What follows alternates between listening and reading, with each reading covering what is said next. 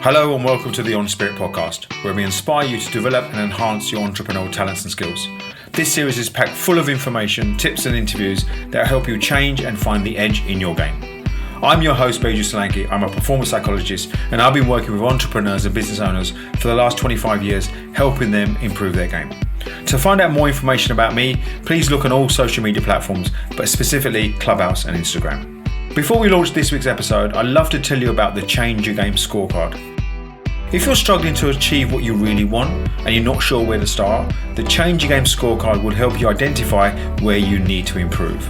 Life is a game, and there are 3 core games you need to conquer to succeed in life. That's the inner game, your mindset, your emotions, your thoughts. Your game plan, that's your strategy and your roadmap. And then your outer game, how consistent and persistent you are in taking actions. The Change Your Game Scorecard will help you identify how strong you are in each of those games. Please visit changeyourgamescorecard.com for more information and get your report today. Thank you for listening.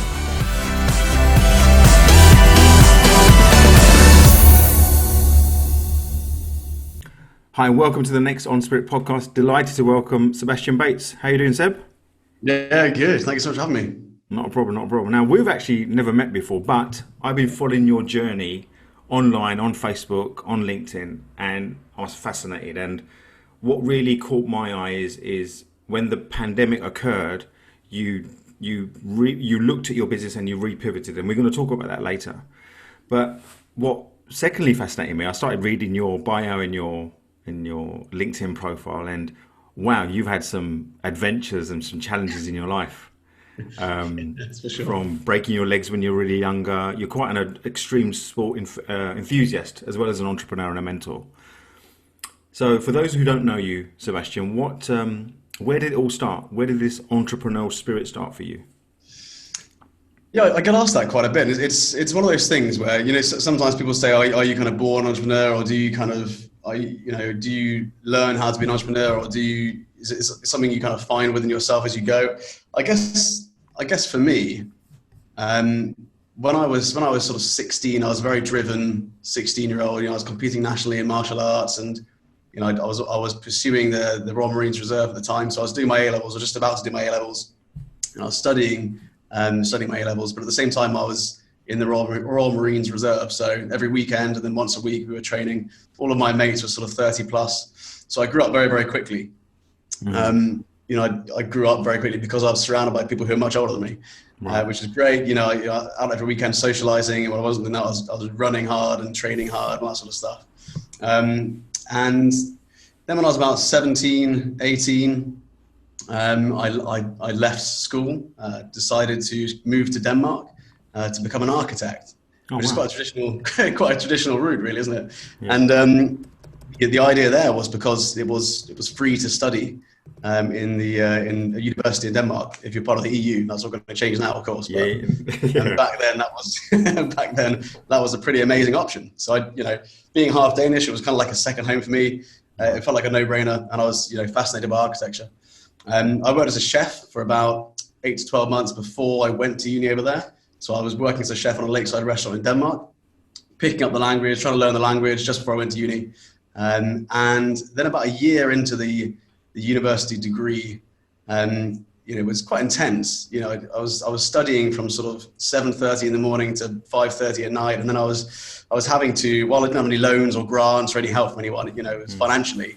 Yes, the uni was free, but I still had to work to try and pay rent and stuff. So I was working as a dishwasher in a beef house for about 6 hours every night. So I was studying 8-9 hours and then working washing up 6 hours. Right. And it was a pretty depressing kind of existence. So I remember saying to my professor at the time, what's the next 20 years, 30 years, 40 years going to look like? If I really smash this, what's that going to look like? And she basically gave me a really, what she thought would sound inspiring to me, what she thought would sound inspiring to a student at the time, right? And this was within the context of being an architect. Yeah, exactly. Yeah, and it just completely uninspired me, and it almost like put a plateau. I was just like, here's what you can do here's a box you can go in if you really smash it for the next 40 years. Right. And you know what? She could have said anything. It's the fact that she gave me an answer. They kind of put a limit on it. I was just like, Okay, not interested now. And so I remember speaking to my mate from school. We were always up to trouble when we were younger. We were going on adventures all the time, from big random hikes at 3 a.m. in the morning where we would hitchhike across counties at a time, and we were only 11 years old, and all sorts of adventures we'd go on when we were very young. So I phoned him up, and he was in a similar position. He wasn't really enjoying his university degree at the time. So we pretty much, we made a decision then and there to fly to India. So we took a one-way flight to India. Yeah, we took a one-way flight to India. And he got there just before me. This is a month after this conversation with the professor. I was in India, and I'd quit university, much to my parents' dismay. They're telling everyone that their son's going to be this incredible architect. 7 years of uni, it just wasn't for me, I don't think. But yeah, so I remember, we had no money at all. So we were basically trying to survive in India, spending 300 quid a month each on living and traveling. And we traveled most of India. I mean, a lot of the north, a lot of the west coast, a little bit of the south. And it was just complete adventure from the very beginning. I remember when I first found him, he was on the side of the road in Old Delhi, just his head in his hands, just like, what have I done? Why am I here? And then we together we had this incredible adventure together. And we became very, very creative in how to make money to survive. A lot of that was, instead of staying in hotels, we were staying on sleeper trains. Some of them were 15 to 48 hours long, the trains, to get around India. And I guess that desperation for resources that we had to create, it's a bit like what an entrepreneur does in a business, right? You come up with these ideas, you're forced to be creative. You look at businesses right now, they're forced to be creative because they're kind of desperate. They have to be. You have to be creative, so therefore you are, right? Yeah. And sometimes people's best moments come from that. But I remember, we were doing things like, there was this one, when someone asked me, what's the first kind of entrepreneurial gig I had? And I say I was a monkey chaser in Mumbai. No, I love Mumbai. No. You love Mumbai, yeah. We basically went to this hotel in Mumbai, and we were like, we can't stay here. We're having a cup of tea in the courtyard area. Yeah. We can't stay here, we can't afford it. It was only like £5 a night. Can't afford it. And then above us, there were loads of monkeys like jumping about in the trees. The cafe area was empty. There was no customers because it was just wrecked by the monkeys. Right. So we said to the guy, look, can you give us some free accommodation? And we'll get rid of the monkeys for you. We'll solve the monkey problem, right? Solve the problem. Wow. Okay. And so that's what we did. We stayed there about 3 to 5 days or whatever, getting that free. And that kind of, we started to realize, actually, although we don't have anything, we can still create value and solve problems. Yeah. Without having necessarily a skill. The skill becomes that resourcefulness. So we traveled around more. I then left my friend in India. He carried on traveling in India. I went to Southeast Asia, and I pretty much went in every country around Southeast Asia, sort of anti-clockwise. And what age were you doing? Creating work wherever I went. Sorry.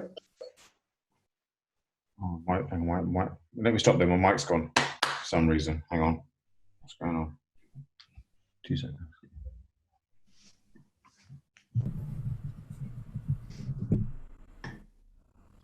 Can you hear me? Yeah, okay. Okay, let me just start again. I'm going to start from what age, yeah?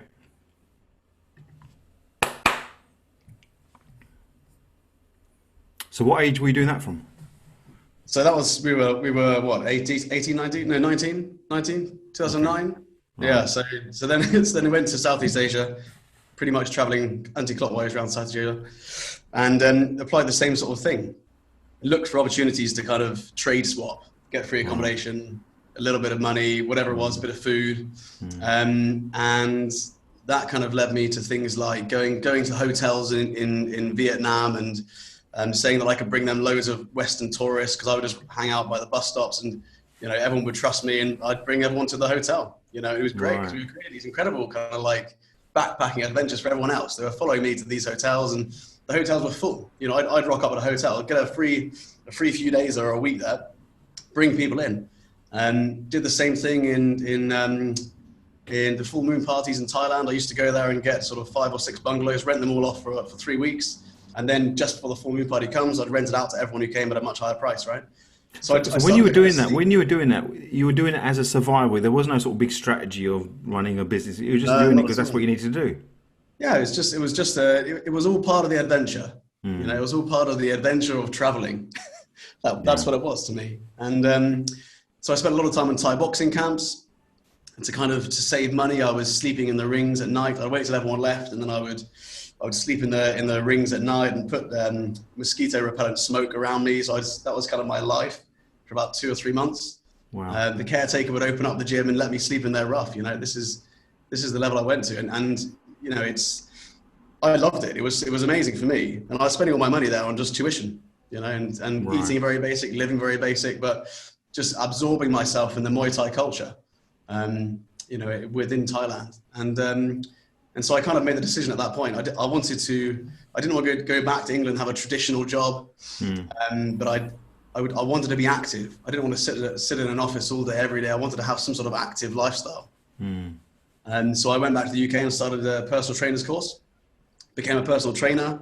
I think I borrowed about $3,000 from my dad to do the course because I had nothing left at that point. And was he supportive for you then? Yeah. I mean, I think they've always seen me as someone who you know, I go after what I want, and that's kind of my mindset. It's quite hard to change my mindset when I'm quite fixated on what I want to do. But I think they know ultimately I make quite good decisions for myself. So they were supportive, I say, yeah. Especially when I came back and I said, look, these are the reasons I'm not doing architecture. This is what I want to do. And it was all very logical. So they're pretty pleased with that. So when you left architecture to go traveling and then come back and said, look, I want to be trained as a PT. Yeah. They didn't say, oh, you're wasting your life. You don't know what you're doing. There's none of that. It was quite supportive. Yeah. Do you know what? I can't really remember. I think so. And if it wasn't supportive, it probably wouldn't have mattered to me anyway. You know, but they've always been incredibly supportive. So, you know, I think they would have been more, as long as I'm happy, they were happy. Do you know what I mean? Yeah, I get that. The idea was that's what I wanted to do, and I wanted to turn that into a business, right? So I came back home and I decided to be a personal trainer, and very, very quickly, I moved from being a traditional personal trainer to basically what I figured I was quite good at was marketing and stuff. So I would rent out lots of different halls and gyms, and then I would advertise yoga clubs and that sort of stuff. Then I'd hire yoga instructors to take over those classes. So I wasn't necessarily doing the teaching, but I was having other people do that. Yeah. So how did you come up with that idea? Because it's very easy when you going into the PT space, where it's PT yoga, is you're the expert. You have to deliver the thing. Yeah. Well, what I realized I was quite good at was the marketing side. So I was doing it for my own thing. Right. I was managing to fill up my own classes at the time. So, you know, what I noticed other people weren't doing is they weren't doing that. They couldn't do that. So then that's what I went and did. I negotiated cheap rates for hall hire, negotiated rates for teachers to come in, and you know, that was how it all worked. Wow. I guess my first gig as a personal trainer was a Thai boxing instructor for a very rundown urban gym in the center of Bath. And I was taking over it. There was about 15 guys in there, full of testosterone. You know, they go in there, let off steam twice a week, hardcore sparring. Yeah. And you know, it was like that. And you know, there were young guys in there as well. And they were coming from very underprivileged backgrounds. You know, they were coming from a place where they were often thrown out on the streets at night. There was alcohol, there was drugs, they were beaten up badly. They used to come in with black eyes, or, you know, all sorts of horrible stuff. You know, they were living in a survival mode every single day of their lives. And so this is almost like a way for them to escape, you know, this club. And my approach was very, very different, I suppose, to a lot of people who would take over a club like that. A lot of people would take over that club and they'd reinforce this whole kind of, you know, macho, aggressive nature. But I kind of changed the concept, the mold a little bit. It was all about character development and loyalty and courage, and, you know, inspiring these guys to kind of be bigger than they thought they were, and have that kind of restraint. And so that's the route we went down. And I saw these guys' lives just change. You know, I saw their outlook on life change. I saw them eat healthy. They weren't going out and drinking so much. They were changing the crowds they were in. It was a pivotal moment for them at the age of sort of 14 to 16. What I realized was, you know, what if we could do this from a younger age? What if I could capture these guys at a younger age and make the changes earlier on, so they don't actually go down that route? it's really hard to change a teenager who's surrounded by all of that, and to change their life and to make that turning point. But if you sort of plant seeds from a young age, it's a lot easier, and the compounding effect is much greater. So that's what I did. I started a small club. There was where I was staying at the time in a small village, pretty much where I grew up. There was a school with 100 students in the school.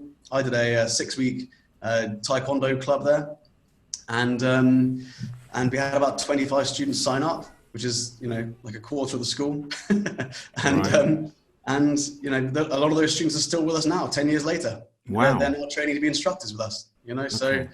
So yeah, pretty much from that first club, it just started to pick up. I realized that this way of it was a more powerful way that I could make an impact.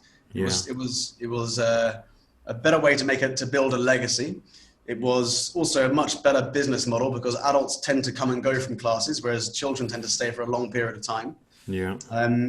And yeah, within sort of 6 to 12 months, there were over 250 students and sort of 25 clubs around the Southwest. And that very, very quickly grew over the next sort of 6 years in the UK. So very early on and through those experiences and the results you were getting, you can see where your skill set lies. You're very good at building community, building assets for people, and also creating an environment where other experts can come in and do what they need to do, because you were really good at connecting and marketing. When I was reading your profile, you do extreme sports. You've done over 500 skydives. You've done various base camps and stuff. But early on, when you were young, you had an accident that quite impacted your life in terms of what doctor said to you. Do you want to tell us a bit more about that? Yeah, sure. So I mean, growing up as a kid, my dad was in the paras, right? Before that, he was in the commandos. So I used to watch him jump out of planes every weekend. Right. So there's a photo lying around somewhere when I was 6 years old of him teaching me to abseil to the garage. This is my life as a kid was assault courses, climbing tanks, watching my dad parachute, right? So you can kind of see where the seeds were planted to do this. So yeah. I kind of blame him, and he's he's kind of at fault here, really, when it comes to that. But yeah, so I got into, first of all, martial arts can be a bit like extreme sports, depending on what severity you take it, right? If you go into full contact Muay Thai, where there's elbows and knees, that's 100% extreme sport. And, very, very few people take that to a high level. So that kind of started, I guess, that kind of mindset of getting into something quite extreme. And then I started skydiving.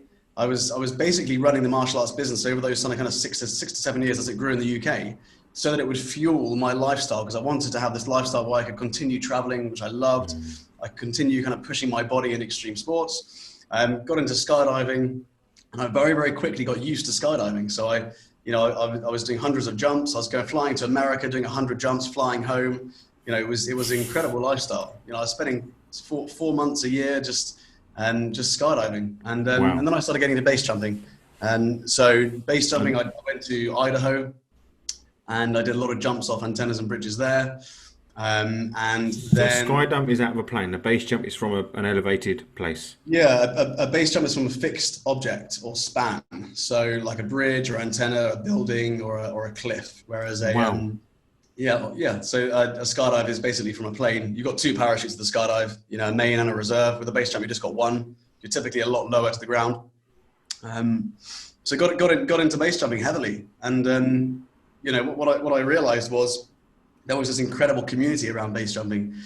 People were living incredible lives where they were traveling the world, climbing incredible mountains, the nature, the scenery. It was a very different view of life. These were people who were living completely true to their values. It's living so true to their values that although the death rate was so high, it was so important for them to fulfill their life and their vision and their passion, and they were doing that day in, day out. And so I really got into the community, really got into that. I was doing 300 base jumps, and got into wingsuit base jumping, which is basically like the kind of Formula One of base jumping. When you put a wingsuit on, you're basically putting a straitjacket on. You're getting these kind of fixed wings. You jump off a cliff and you fly your body as if it's is there a picture on your PDF of you doing it? Maybe. I think it's an orange wingsuit, I think it is. I'm looking Yeah, at your if you video. type in Seb Bates base jumping on YouTube, you'll get a few interesting videos. That's for sure. Okay. But Oh yeah, black and orange. You sort of, you've got this wingsuit on, and yeah, so that picture is overlooking the valley in Lauterbrunnen, I believe. okay. And so, jumping off, you climb up a mountain for 6 hours and you jump off with your friends and they're next to you flying and you fly past waterfalls and out into the sunset. It's incredible. It's just an incredible experience. And what happened was, I was on my 7th jump of the day on one of the jumps, and I jumped off the cliff, flew away as per normal, flared the wingsuit so it slowed down basically, popped the canopy. Parachute came out fine, but the left zipper was jammed on the wingsuit. So you've got to unzip so you can then steer the parachute. The left zipper was jammed, so I could only steer with my right arm. So I pulled the risers quite quickly to make a turn away from some telephone lines. Because of the fast turn and the wind direction at the time, it collapsed the canopy and I dropped about 50 foot. Oh. Yeah, so it was like a sudden bang drop. I stayed conscious when I hit the ground, and I didn't. There was nothing, no blood loss or anything like that. But it was both legs, both feet, both ankles. The tendons blew off my left foot, and it was a severe trauma. It was hardcore, the landing.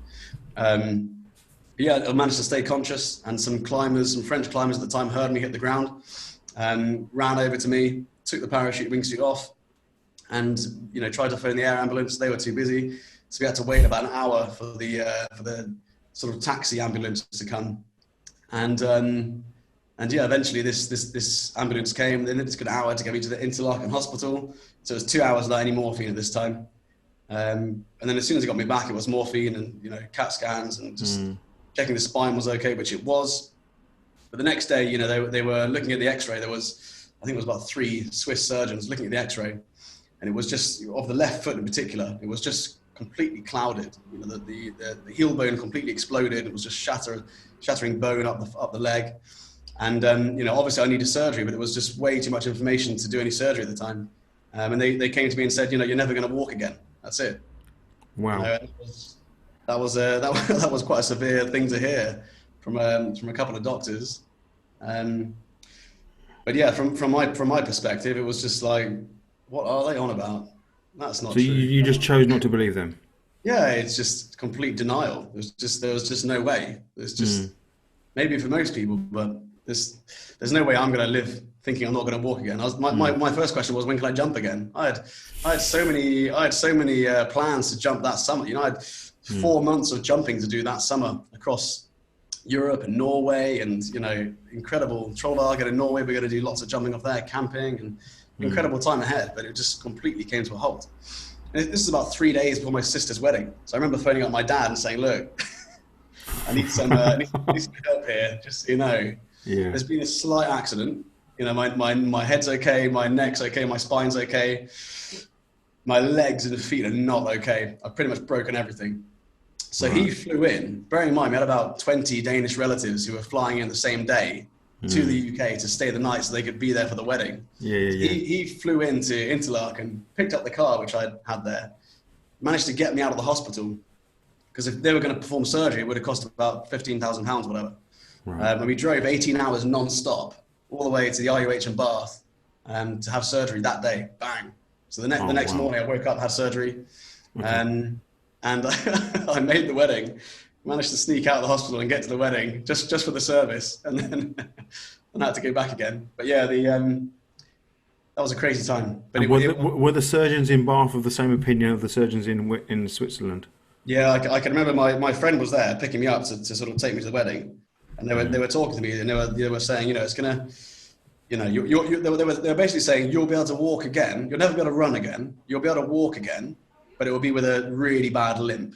And you probably needed crutches or something to help you. They were trying to give I think surgeons do that. For more and more people that I've met, I think they do that to try and cover their own backs a little bit, or to give you realistic expectations.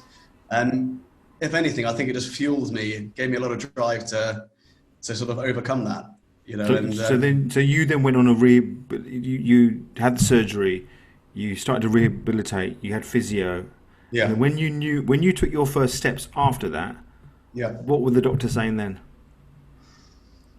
Well, it took about 2 years to learn to walk again.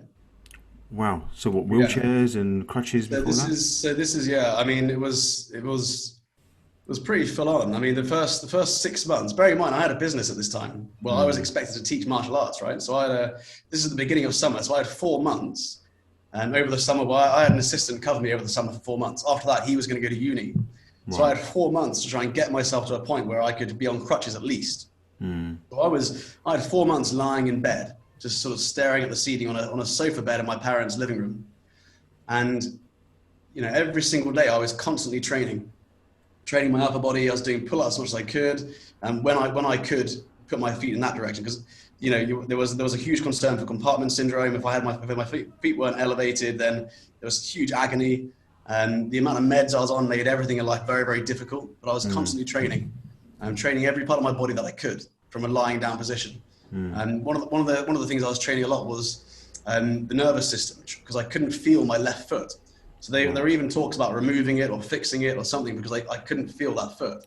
So I was doing a lot of desensitizing and sensitizing, because some parts were hypersensitive, some parts were completely dead. And so eventually I was on crutches, and then I I remember rocking up at the martial arts class after my assistant left, and the parents were opening the door for me, letting me in so I could teach. And I was teaching martial arts for about 6 months on crutches, to the point where then I could take the crutches off. And this is just the culture we had of really loyal customers. I was always saying to them, in a couple of months I'll get rid of these crutches because I won't be using them. Did you? Was your mindset one of blind faith, where you thought it's not a question of if I'm going to work again, but just when? I just got to keep on doing what I need to do every day, but there will be a time I will walk again. Yeah, it's not about defying everybody else, is what you believed. I guess the reality is the worst case scenario was so horrific. From going from a place of extreme sports and professional fighting. I was a professional fighter at the time. I was fighting in stadiums in Thailand, and to go from that, where I was training 4 hours every day in the UK and then 8-9 hours in Thailand, to a place where I may never walk again, and even going on a dog walk's impossible. That reality was just so impossible to believe. There was just no way I could believe it, and therefore I didn't. So I guess I had that to help me, to kind of push me. But yeah, ultimately, I used martial arts to rehabilitate, and I found Brazilian Jiu-Jitsu. I couldn't do stand-up fighting anymore, which is full contact, kicking, and punching. And so I went to Jiu-Jitsu, and I a year after the accident, I was competing in the British Championships in Brazilian Jiu-Jitsu and all sorts of different levels and competitions around the UK in Jiu-Jitsu. And because it was ground fighting on padded floor and that sort of stuff, submissions, that sort of stuff, I was able to compete and feel like I was competing at a higher level, and surrounded by that very competitive kind of alpha male culture, but very, very supportive and very humble. There was no ego location where I was training. It was incredible community, incredible vibe. And it kind of just brought me out. I just evolved because of it, and wow. So as a martial artist, I kind of, because I was forced to, it's like if you ever damage your hand, let's say you're a Thai boxer, you break your right hand or you damage your right hand, you work on your jab for the next month or two, and you get a really good jab, right? I was forced to lie on the floor for 2 years training. So I got really good at, basic groundwork, which made me an overall better fighter when I could then mix the both together. Okay. But yeah, so that's how I rehabilitated. My mum was also a physio. She is a physio, so I had that, which was pretty handy. But one of the things I guess it really taught me was the importance of building a team, so that you're not having to rely on yourself to be there physically to run your business. Because I almost lost 6 years of business, 6 years of a startup and hard graft, because I couldn't be there physically. I almost lost it all. And so I became completely obsessed with outsourcing, building a team to help me, finding people who are really good at different things to bring in, and collaborating and leaning on other people, and building that virtual team as well. And that's for me when things started to evolve. And when you see that you understood the importance of team, what kind of characteristics were you looking for in people when you were building your team? Yeah. So outside of the normal technical knowledge that they need to be able to do whatever it is they're doing, it's things like loyalty and drive and I really get up and go attitude. I really struggle to have anyone on the team who's sort of negative or has this kind of, this kind of non get up and go culture or kind of personality. I like to be in a really high energy team where we're moving fast, we're making quick decisions. I've always said that I want to be smiling and laughing every day. So that, I always surround myself with other people. It's got to be a fun place to work, but everyone's, you're having fun, but you've got to have this professional attitude and really, hold yourself accountable and have high levels of, high quality work. It's what we're after, and that's what we've built, and we've built an incredible culture within the Warrior Academy, which I think is probably our greatest strength. And, and as seen from that kind of incident where I almost lost it all, but all the customers stayed, Is there any physical limitations you have now because of the accident? Or you fully recovered, you trained and... Yeah, I mean, it's going to be, I'll never be able to run more than 3 miles again. I can do it, but if I do it, I'll be limping for a week or two. Right. So I wake up with arthritis every morning. It takes me about 20, 30 minutes to walk without pain when I do wake up. Every day? Every day, yeah. Wow. It takes a good 20, 30 minutes. I live in a hot country now, so it's much better. Yeah. And in the UK in the winter, forget it. That's me 30, 40 minutes easily. Right. But it's, you take longer to recover sometimes. I've got to be very careful how I train my legs. If I'm doing really heavy squats, it can be an issue. Running's out, long walks are out. So it's just modifying your lifestyle slightly. And so for me, it doesn't feel like an issue at all. There's so many parallels there where you've had to adapt your life as a result of the accident in terms of not becoming a victim of it, not becoming a what if or aren't I unlucky, and say, well, this is what I'm going to maximize what I have. And there's parallels there in your business. You mentioned the Warrior Academy. How did that come about, and what was your mission for that? So with the Warrior Academy, it's easy when you look back and jot at the dots. Because when you're doing something, it's quite hard to think, oh, why am I doing this? But with hindsight, it's much easier. So when I look back, I was bullied really badly when I was younger. I mentioned that we moved around quite a bit in the army.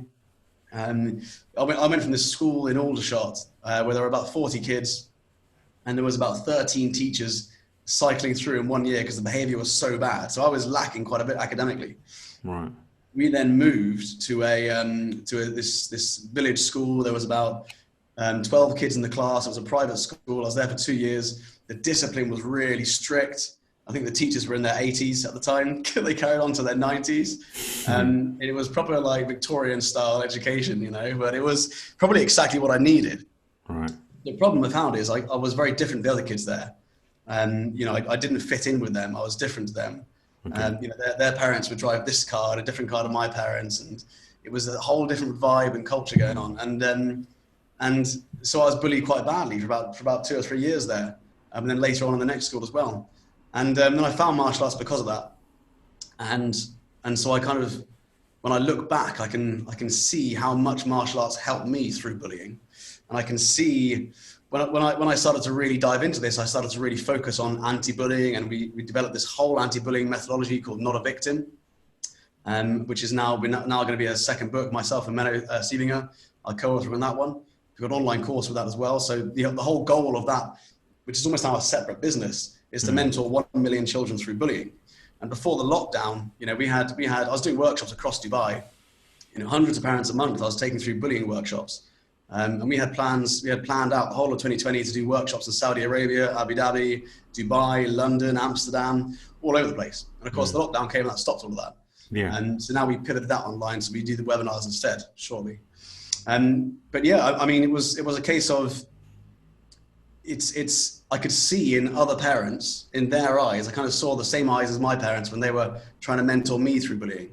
And I could understand what was going on at a very deep level because I'd been through it. I'd seen my parents go through it, and then I had mentored lots of children through it. So I was in this very unique position to kind of leverage a lot of knowledge and experience. And we were helping parents, transition their children through bullying.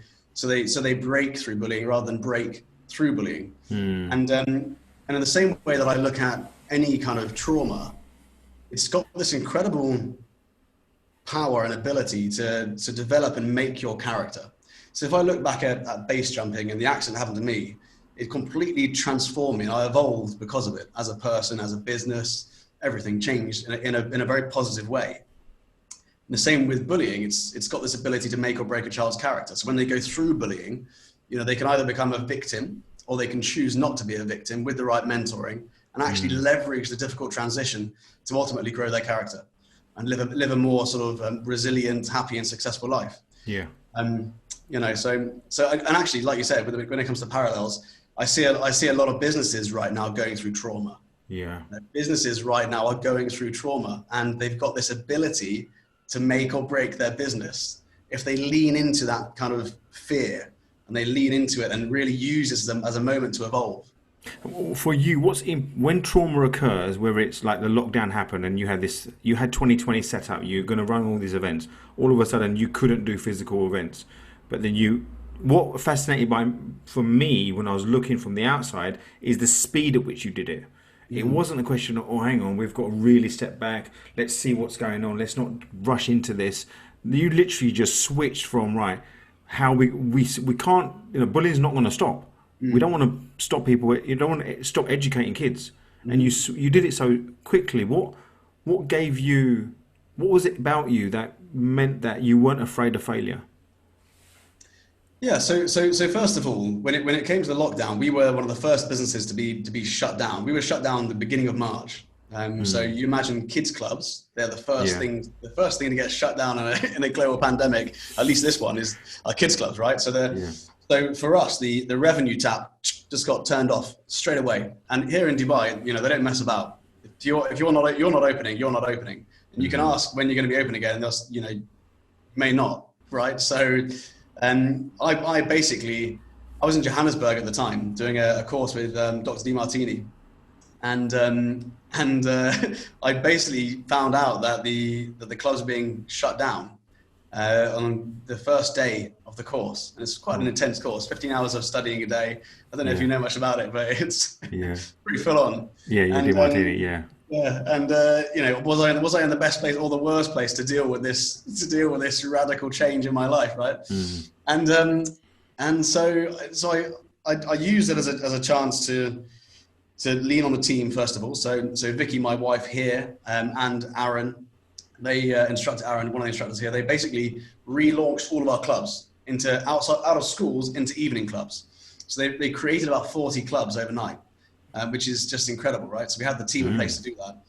However, a week later, that was shut down. So what I basically did is I preempted everything that could possibly go wrong, and the stages of which a government might close you down. And then I tailored programs and products to be sold at each stage. So the second I got back, we turned that into video content. So I created a product or a service. One of them was called Home Dojo.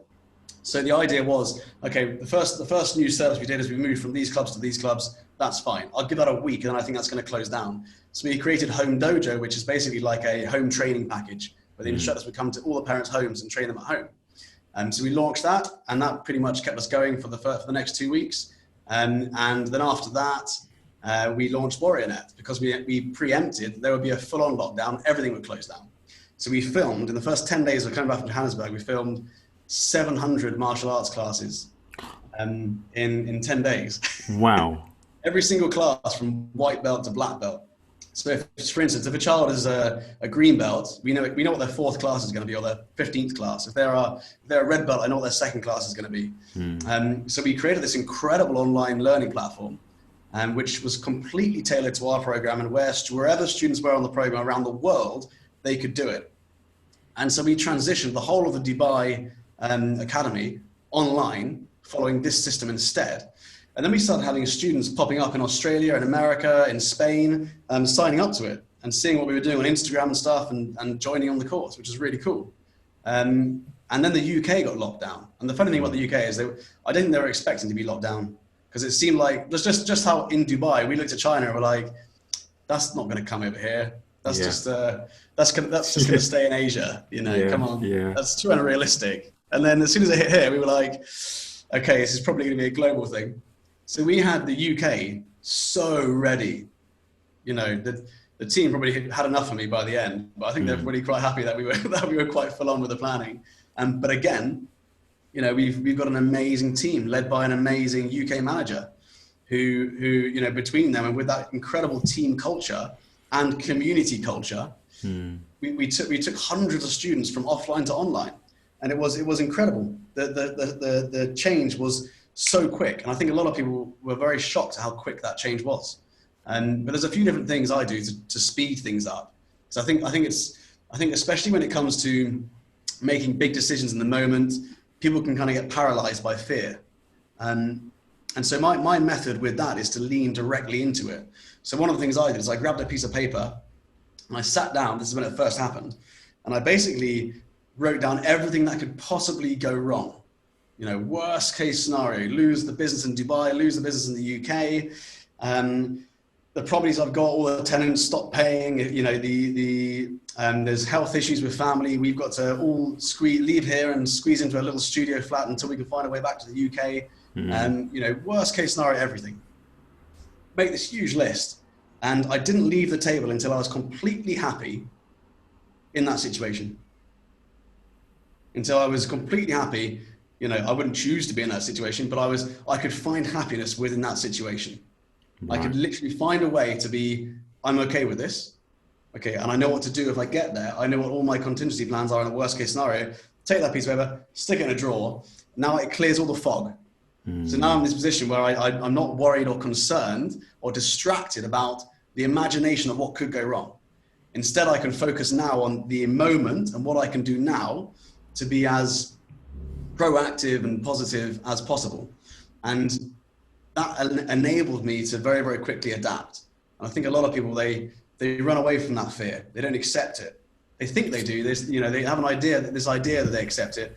But until you really absorb yourself into that, and again, I think that, you know, I was asked on a podcast last week if that, where did I learn to do that? And I've never actually sat down and learned to do that, but I think it does come from extreme sports. I see a lot of parallels between entrepreneurship and extreme sports. And I can see that. You know, I've never done. You know, the most thing I've done is run the marathon once, and that was it. But I love to do skydive. I've never done that, but I can imagine. I did a transformation last year, body transformation, and one of my trainers, he talks about the void, where when he's lifting really heavy weights, you know, sort of dead weights or doing sort of presses, he goes, what's the point where he has to create the void in his head where the pain is inconsequential? It's about lifting that weight. Yeah. That you physically and mentally feel you cannot go there. Yeah. And I have to prepare myself. And it sounds what you're talking about is like, I'm finding the void, and in that void is where my biggest creativity occurs. And it sounds like a similar sort of thing. Yeah, definitely. Yeah, I can completely relate to that. I think yeah, the parallels are there. Do you know what I mean? And it's a case of if you're looking down at a 3,000 foot cliff and there's a complete cliff drop, there's clouds in front of you, you wait for a cloud to open so you can jump into it, and you're not thinking about your emails or anything like that. You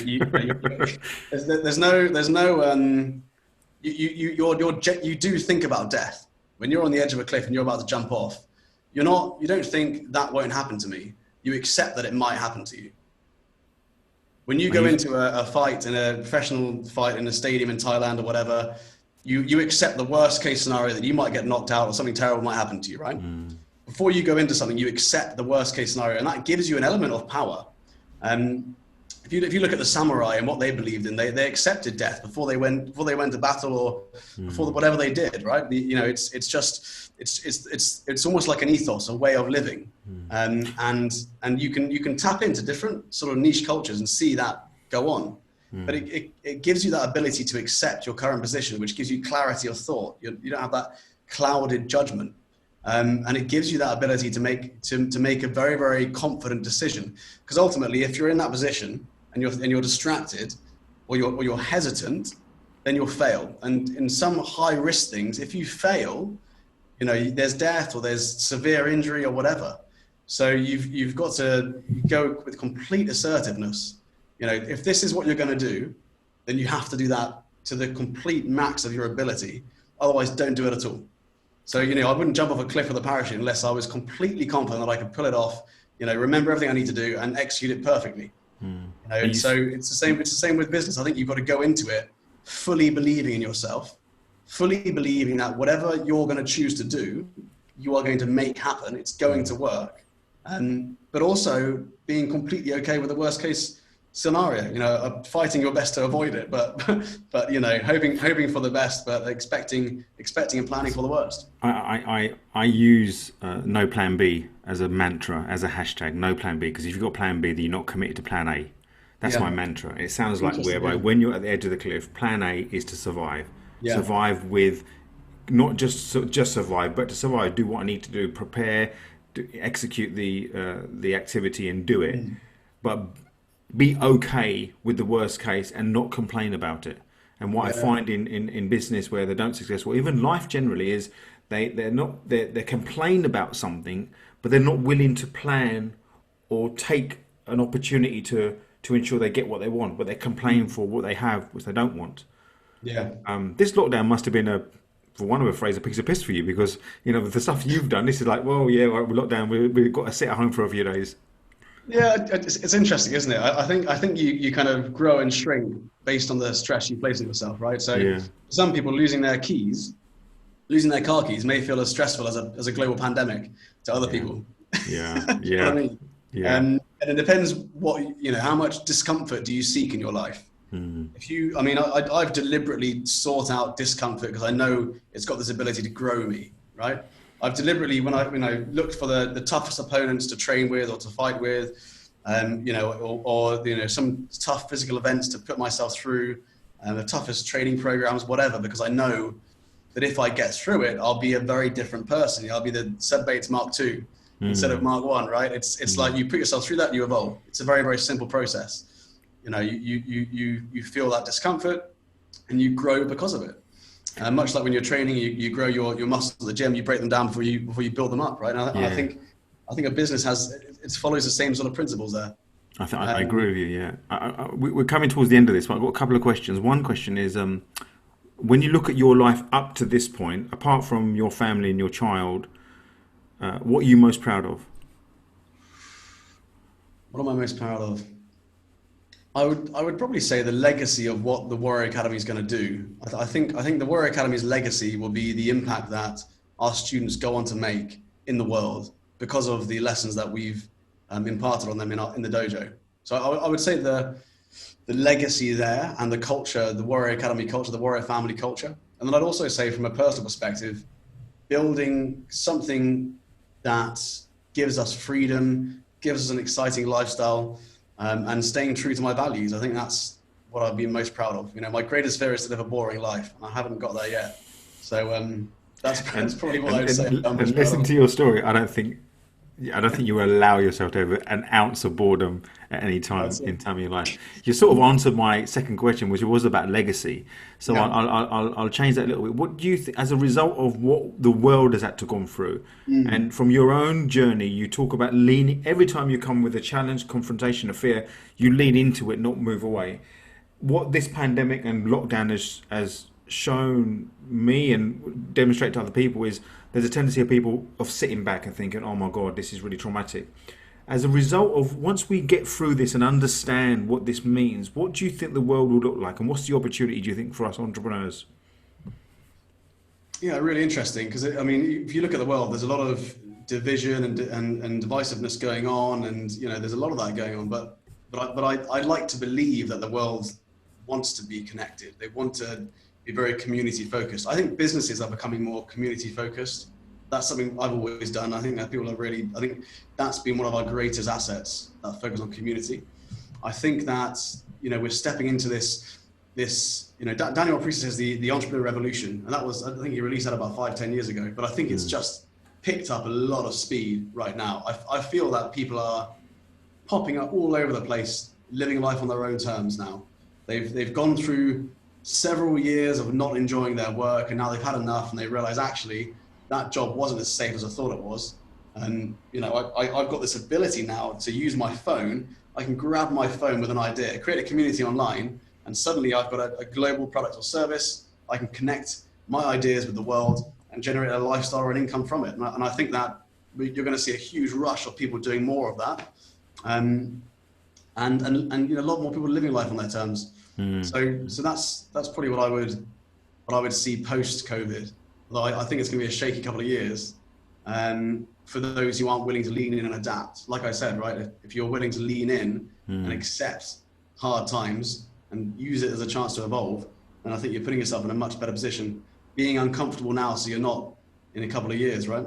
Indeed. You live in Dubai at the moment. Is that purely a lifestyle choice? Is it a business choice? Is it a combination of several things? Yeah. So before we moved to Dubai, it was we wanted to test the Warrior Academy somewhere urban. So it was a case of should we go to London, and then I went on a long weekend to Dubai with my friend who lives here, and I realized that there was no one out here doing what we're doing. Martial arts with this huge focus on character development, and so.